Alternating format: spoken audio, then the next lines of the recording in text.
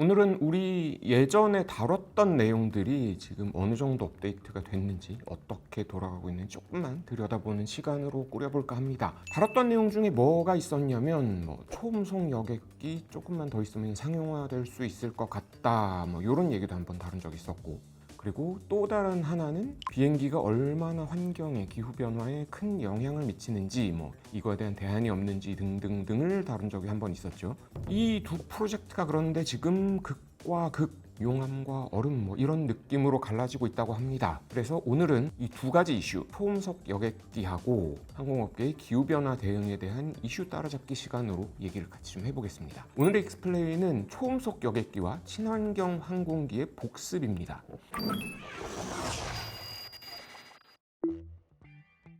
먼저 초음속 항공기요. 우리 지난번에 초음속 여객기 연구를 주도하고 있는 회사들이 보잉 같은 큰 회사도 물론 있지만 일단 제일 유력한 회사는 붐 오버추어라는 스타트업 회사였다라는 얘기 했었죠. 간단히 다시 정리를 하면 승객 한 80명 정도 태우고 마하 1.7로 최대 4,900마일, 7,900km 정도를 날 수 있는 항공기, 요걸 목표로 초음속 여객기를 만들고 있었다, 이런 얘기 했었죠. 근데 이걸 다룬 게 우리가 작년 10월 정도였죠. 그랬는데 이 비행기의 축소판, 그러니까 기술 검증 기체인 XB-1 비행기가 올해 1월에 실시한 초음속 비행 테스트에서 총 3번 초음속으로 비행하면서 기술 실증에 성공을 했다, 이런 소식이 좀 들렸었습니다. 민간 비행기로는 콘코드 이후에 처음이래요, 초음속 비행을 한 게. 1월에 35,290피트에서 34초, 그리고 2월에도 36,514피트에서 41초간 초음속 돌파 비행에 또 한 번씩 성공을 하면서 이 비행기는 이제 덩치를 키우고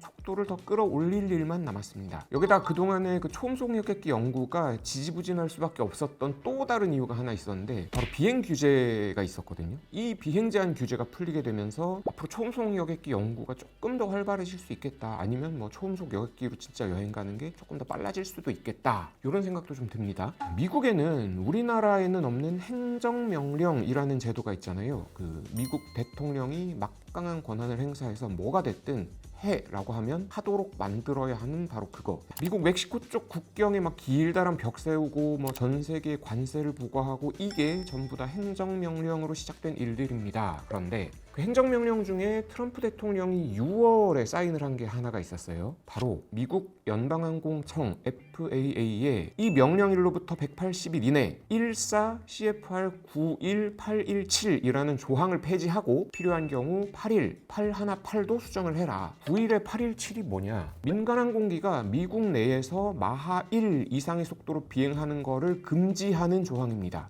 그리고 818은 뭐냐면, 항공기가 만약에 마하를 초과해서 날 경우에 특별 비행 허가를 받아야 되는데, 이 허가를 받을 수 있는 조건들을 줄줄줄줄 나열해 놓은 거예요. 이런 조건들을 충족할 때 우리한테 신청을 하면 우리가 검토해보고 초음속 비행 허가를 내주겠다, 이런 내용이었던 겁니다. 자, 그러니까 쉽게 말하면 미국, 특히 육지에서는 그동안 FAA가 초음속 비행을 금지하고 있었다는 거죠. 그리고 미국 대통령이 행정명령을 통해서 이제 초음속 비행기가 미국 육지 내에서도 날아다닐 수 있게 해라고 명령을 한 거예요. 왜 이게 그동안 금지가 됐었냐? 음속을 돌파하면 지상에서 폭발음처럼 들리는 소닉붐이라는 이 소리가 굉장히 컸기 때문인데, 지금 연구 과정 중에 이 소리를 낮출 수 있는 기술들이 속속 개발이 되고 있기 때문입니다. 콘코드가 만들었던 소닉붐이 지상에서 들리는 소리를 기준으로 105데시벨, 그런데 나사에서 만드는 X59라는 초음속 비행기의 소닉붐은 75데시벨을 목표로 개발 중이다, 대략 이런 얘기였습니다. 궁금하신 분들은 다시 한번 이 초음속 여객기 편을 보시면 아마도 대단히 감사할 것 같습니다.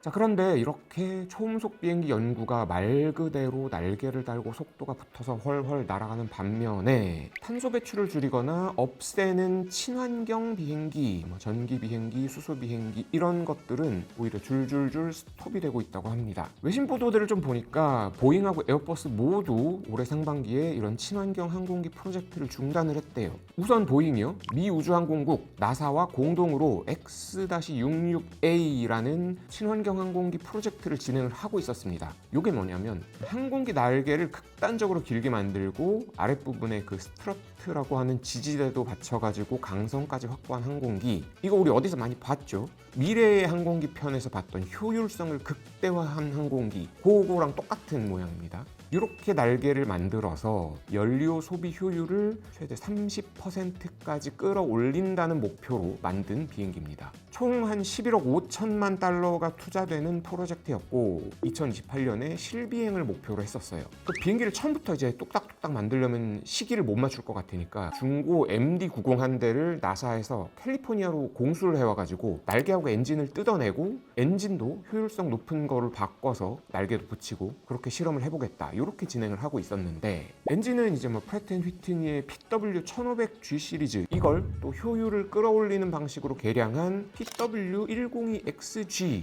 이런 엔진을 만들어서 좀 달 예정이었대요. PW1500G 시리즈 엔진은 그 엔진에 변속기, 기어가 달려서 효율성을 높일 수 있는 기어드 터보팬 엔진이라서 채택이 됐다고 합니다. 자, 그러고 나서 이제 모형을 만들어가지고 윈드 터널에서 풍동 실험하고 뭐 이런 사진들이 막 공개가 되다가 갑자기 이 프로젝트가 중단이 돼버렸어요. 최근에. 돈도 돈인데 가장 큰 이유는 돈보다는 좀 인력 문제가 좀 컸다라는 게 이제 외신 보도에 많이 나옵니다. 보잉은 최근에 만든 뭐 비행기 737-10 맥스 중에 제일 긴 거 요 항공기하고 777X 777의 후속 기종 요 두 항공기 인증을 회사에서 예상한 일정대로 지금 받지 못하고 있는 상황이거든요. 그래서 이런 친환경 항공기 당장 수익과 연결되지 않는 항공기에 인력을 투입할 여력이 없다 이런 판단을 했다는 거예요. 그리고 에어버스요. 에어버스는 아예 화석연료 그러니까 기름을 쓰지 않고 수소전기로 작동하는 항공기를 구상을 했습니다. 제로2라는 이름을 붙였는데 사발 그 엔진 4개 달린 프로펠러 항공기로 구상을 했던 모양이에요. 보잉이 일단 실험기라도 중고 비행기를 개조해서 만들어보자 라고 했던 거하고 다르게 에어버스는 아예 새로운 개념으로 설계부터 시작을 했다고 합니다. 한 100인승 정도 되는 작은 항공기에 프로펠러 엔진 4개 달고 수소연료를 쓰는 전기 추진 엔진으로 기획을 좀 했었어요. 수소연료 전지를 쓰면 이게 작동하고 나서 나오는 최종 배출물은 물밖에 없거든요. 그러니까 완전히 탄소 배출을 아예 하지 않는 비행기로 만들어 보겠다라고 2020년에 야심차게 연구를 시작을 했습니다. 그러니까 엔진이 사실상 이게 엔진이 아니고 모터가 달려있는 셈이죠. 2020년에 에어버스는 이걸 개발하려고 엘링 클링거라는 회사하고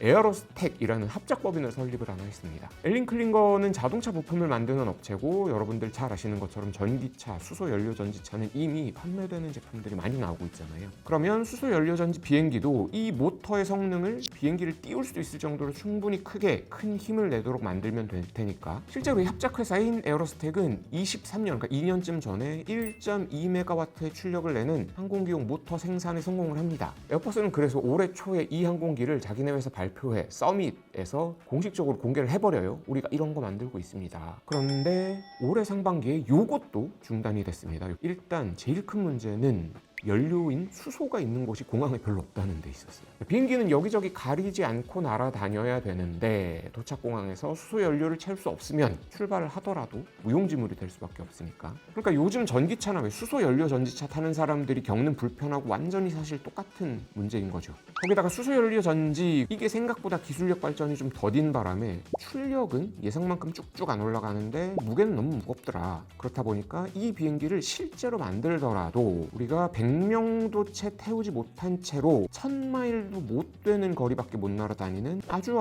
단거리용 비행기밖에 될 수가 없다. 이런 결론을 에어버스가 냈다는 거예요. 그래서 결국 어떻게 됐냐? 보잉하고 마찬가지로 에어버스도 이 연구를 최대 10년쯤 뒤로 미루고 예산도 25%를 삭감했습니다. 그리고 남은 돈과 인력은 어디로 돌렸냐? A320 네오의 후속 기종 연구에 돌리기로 했대요. 합동체 시장은 요새 돈이 많이 되는 시장이니까. 그런데 문제는 이렇게 되면 전 세계가 약속했던 2050년 탄소 중립 넷제로 이걸 실현할 수가 없어진다는 데 있습니다. 2050년 넷제로는 사실 항공뿐만 아니라 전 세계 모든 산업 분야에서 탄소 배출량을 제로섬으로 만들자는 약속이었는데 사실상 이게 항공업계에서 쓸 수 있는 카드가 이제는 지속가능 항공유 SAF밖에 없다는 거예요. SAF는 2050년까지 계획대로 추진이 돼도 탄소 배출 저감량의 50%밖에 차지 못하는 수준인데 문제는 이거마저도 제대로 될지 안 될지 지금 모르는 상황에 있다는 겁니다. 올해 기준 유럽에서 SAF 비중을 전체 사용량의 2% 그리고 2030년에는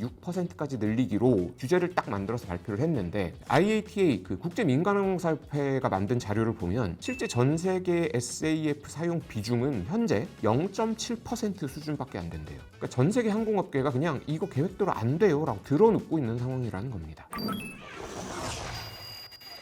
자, 우리 지난번에 환경 얘기할 때도 언급했었지만 사실은 항공여행은 운송 쪽에서는 탄소 배출의 주범으로 낙인 찍혀 있는 상황입니다. 그래서 이런 친환경 비행기 같은 연구가 이루어지기가 시작했던 건데, 그런데 이게 각종 연구 개발이 중단이 돼버리면, 게다가 친환경 연료 계획도 차질이 생긴 상태라면 결국 남은 카드는 하나밖에 없다는 목소리가 나옵니다. 비행기 안 타야 한다, 수요를 줄여야 한다, 이런 거예요. 다만 아주 일부 의견이지만 이런 의견도 좀 있긴 하더라고요. 친환경 항공기 프로젝트를 중단한 건 보잉하고 에어버스지 다른 중소항공기 제조사나 연구기관 아니면 항공사들의 자체 연구, 이것까지 중단된 건 아니다. 그러니까 이 사람들이 연구를 얼마나 열심히 잘해서 좋은 결과를 내느냐에 따라 수십 년 후에는 항공기 제조 시장의 판도가 완전히 바뀔 수도 있다, 이런 조심스러운 전망도 나오고 있긴 하더라고요. 이걸 보고 계신 여러분들 다들 비행기 좋아하시는 분들이겠지만, 일단 우리가 할 수 있는 최선의 방법은 꼭 필요할 때가 아니라면 최대한 항공여행을 좀 자제하는 방법, 요거밖에 없겠다 싶기도 하네요. 지금까지 총괄의 권기범, 제작의 김윤서, 김수현, 기획과 진행의 저는 이원주였습니다. 저는 다음 시간에 다시 뵙겠습니다. 고맙습니다.